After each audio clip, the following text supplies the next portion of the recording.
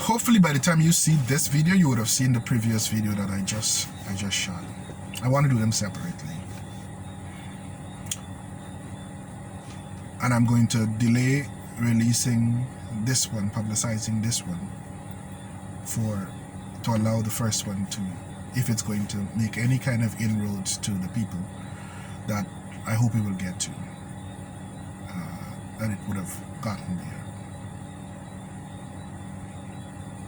I want to address the issue of responsibility for where we have come today as a Guyanese society and the situation that's facing us in West Coast Police.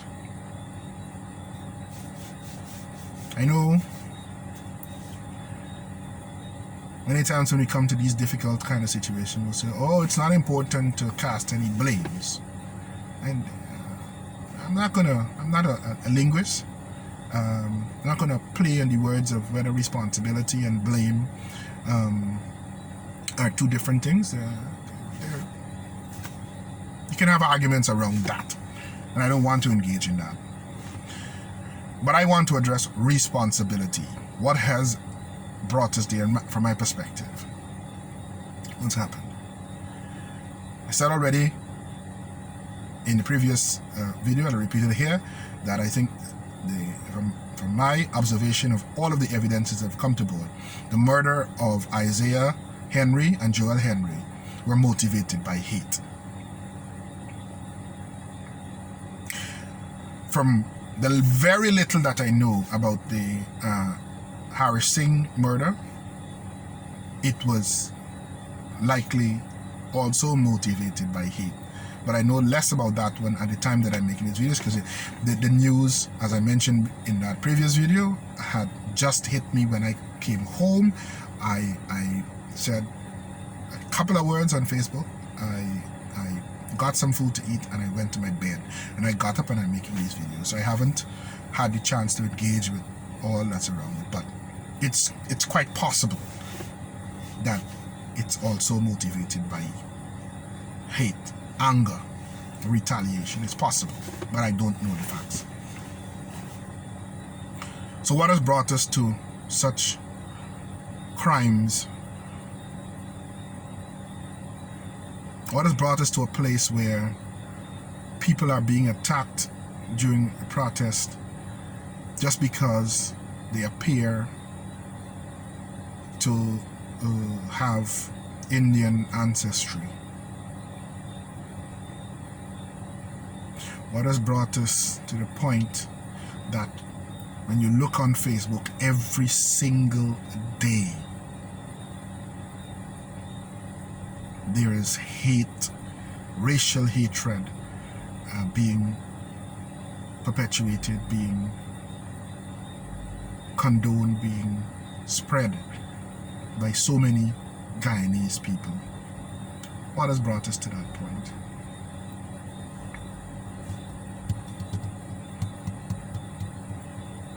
My opinion of this is poor political leadership. I say it again, slow. Poor political leadership. Hear me well. I am not saying that the current government is responsible for this. I am not saying that the previous government is responsible for this alone. I am saying you are both responsible for it. You, all of you.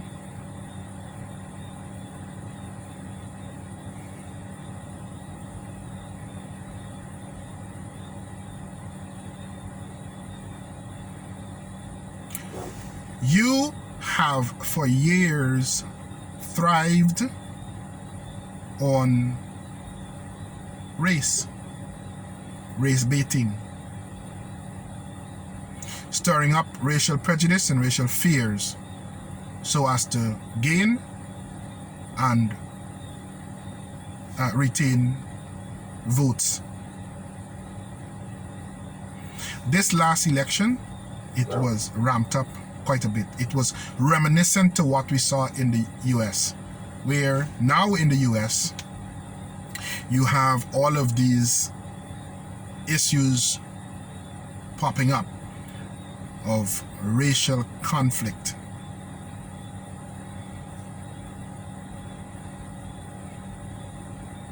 Where the racist element that used to be an undertone and undercurrent in the society in the US has now come up to the surface a lot more.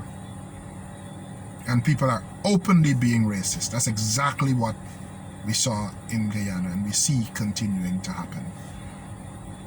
People don't process things beyond headlines and perhaps beyond the 160 characters of a tweet. They look at little bits and bytes and they grab that and they go with it. They don't look for truth, they look for any kind of facts that support their version of the truth, their perspective, their narrative, and they run with that. Such that even the most neutral statements are twisted because the person making the statement looks a particular way. Part of the reason I'm not doing this as any kind of a live video, because I don't want to see you make your comments. I don't need people to boost me up, to say anything to reassure me that what I'm saying is right with their comments as I speak. And I certainly don't want to see anybody being vile and racist in responding because I look more like people of African ancestry. The truth of the matter is, my own ancestry is mixed. The genetics in me is more than just one race. I look a particular way, but I'm mixed and I'm proud of it. I always say that I'm Guyanese first. Don't call me no Afro-Guyanese because I look a particular way. I am Guyanese.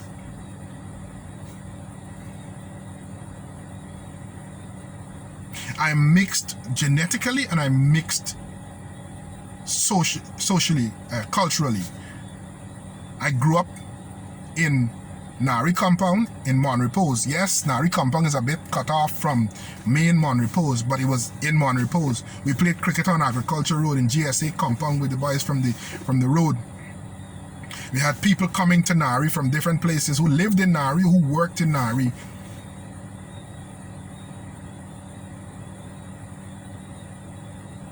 But integrated with the community. I now live in Triumph on the border with BV. It's a mixed community.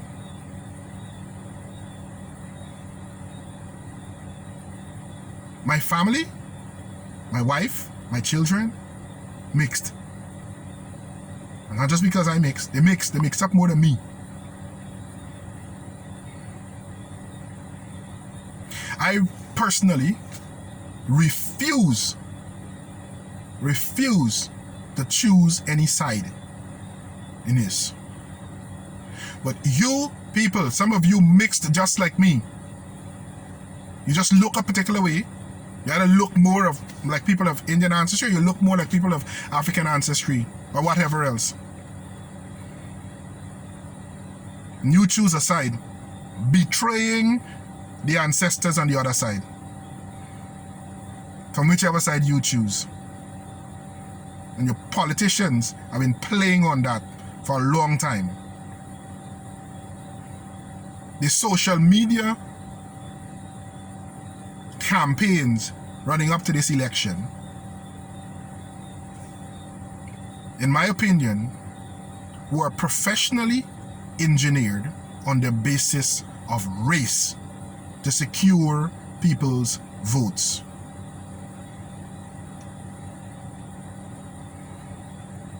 They were professionally engineered. They did it in the US, they did it other places, they did it in Guyana. Professionally engineered on the basis of race. And now that the elections are done, people don't know how to stop. Because they were baited and they are going forward. Now it's gone too deep. And people feel Just like, I want you to look at the parallels that you see in the US, where the now president there, his campaign was based on prejudice. He got in based on prejudice. And what that did was unleash. Christian people will tell you there's a spiritual element to that, but I'm not going there. Some of you wouldn't understand what I'm talking about. I'm going to talk about things you can understand. His ascension to presidency then gave permission to the racist elements of the United States to come out. As stupid as they sounded, they came out to the surface. And they're still out there. Because the politicians endorsed race in the run-up to the elections. Now we got the same thing happening. You endorsed race. Played on race. Brought us to where we are now, where two boys go into the back dam to go to their farm and they end up brutally murdered.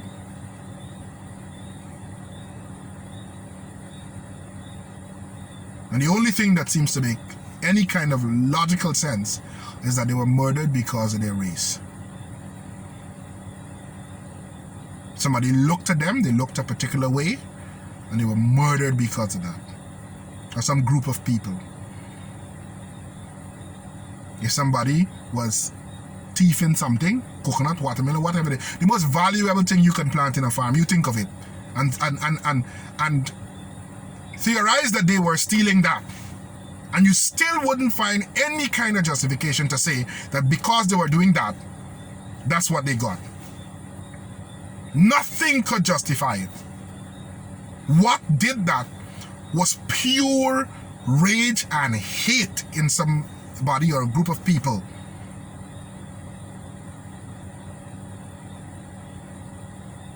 And you, the politicians, are responsible. You are responsible. You did it. You killed them. You likely didn't tell nobody to go kill them, but you killed them. You are the one that trained the people that endorsed hate. You taught them prejudice, fear, and hate for race. And now they're acting it out. I shared the story, the analogy about dogs. I've been keeping dogs. You probably heard, maybe in this video, the last one, can't remember when they were barking. I've been keeping large dogs for about 22 years.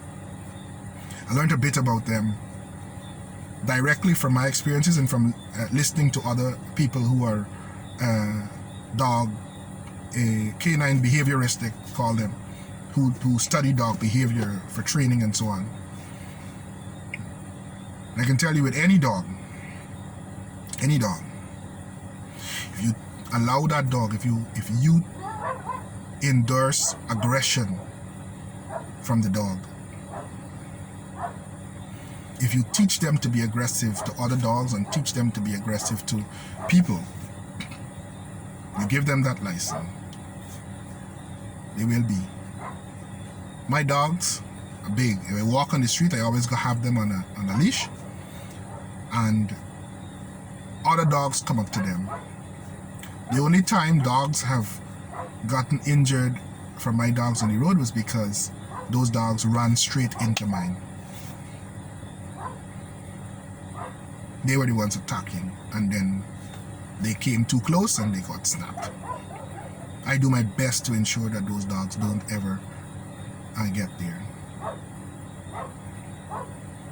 If I were to allow my dog to feel that it is right, it is okay to attack these other dogs, if I never restrain them, if I never tell them, no, come, let's go, if I never reaffirm on the next end to say when they actually decide to walk with me, good boy, let's go, they would become very powerful, aggressive dogs, especially when it comes to the other dogs on the road. And anything that they do to other people's dog, as much as the people's dog or the yard, that doesn't matter. Anything they do, I would be responsible for it. So when you endorse hate and tell people they need to fear others, when you tell people that look like me, people that look predominantly of African ancestry, that if the people that look different, like people of Indian ancestry, if they have power, they come in, then they're going to, you need to remember what they're going to do to you, and so on and so forth. You're teaching me, you're trying to teach me to be prejudiced, to hate them, to think that they're going to, without them doing it as yet, to be of the position that I should vote for you because you can give me the protection for people that look like me.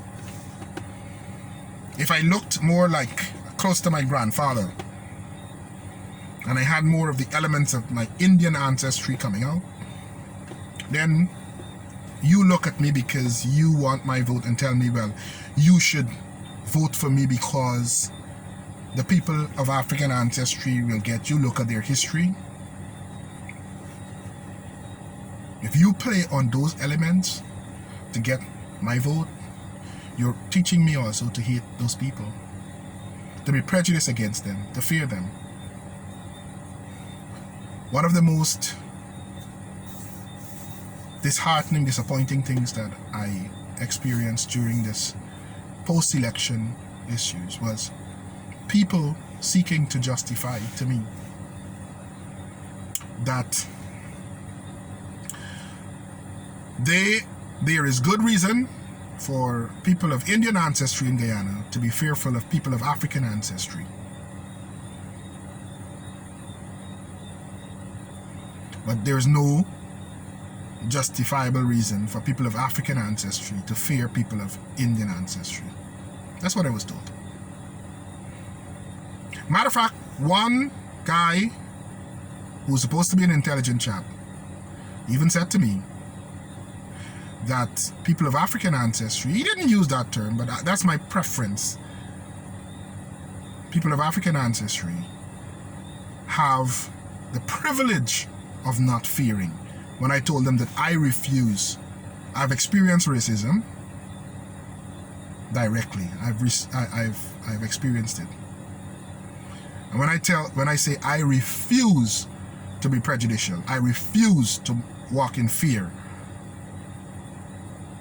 I refuse to hate, then he would tell me that I have that as a privilege. That's no privilege. That's a choice I make. I refuse to be influenced. I refuse to be influenced by the narrative that you politicians put out there. I refuse to be influenced by the narrative that you poor leaders put out there to tell me that I should hate somebody, I should be prejudiced to somebody because of the way they look. And I tell you, you are the ones to blame. Now, if you want to make it to be able to be a viable option in the future of Guyana, you need to move to correct the nonsense that you have put out there. You need to start uprooting those seeds that you plant. That you planted directly and that you cause people to plant. And the people need to wise up, Guyanese, and uproot those things also. Insofar as you have believed that somebody that looks different from you, if you look more like me, like you have African ancestry, and you, for any reason, believe that people of Indian ancestry or any other ancestry are instinctively bad, evil, and will do you harm, you need to uproot those from wherever you got them and send them back. Burn them, as a matter of fact. If you look more like many of my friends and you have more East Indian ancestry, you need to also, and you've been taught also to hate people that look like me, to be prejudiced, to assume that I'm going to do you harm. If you were taught, you know, I had some experience. I'll share a little thing and make try and end this soon. I tell you of experiences I had where I drive along in a boat along certain creek on the in Region 5, and from my appearance, the first thing that children assume and people say is police. The reason is because they've been taught police look like me, and they've been taught other things about the police. I remember being in National Hardware many years ago, and the mother of East Indian ancestry says to her child who was misbehaving, pointing to me, to drive fear into the child's heart, telling them that the police, look, the police there, they're gonna lock you up. Why are you trying to use me to fear to drive fear into your child? I didn't take it. I told the child, I said, look, I'm no police and I will not lock you up, I will not do anything, but you ought to listen to your mother. Things that you may think are simple, you're teaching young people to be prejudiced. When you tell them that the Rastaman or the Bagdam is going to get you, so that they don't go swim in the Bagdam, you're teaching them to fear the Rastaman.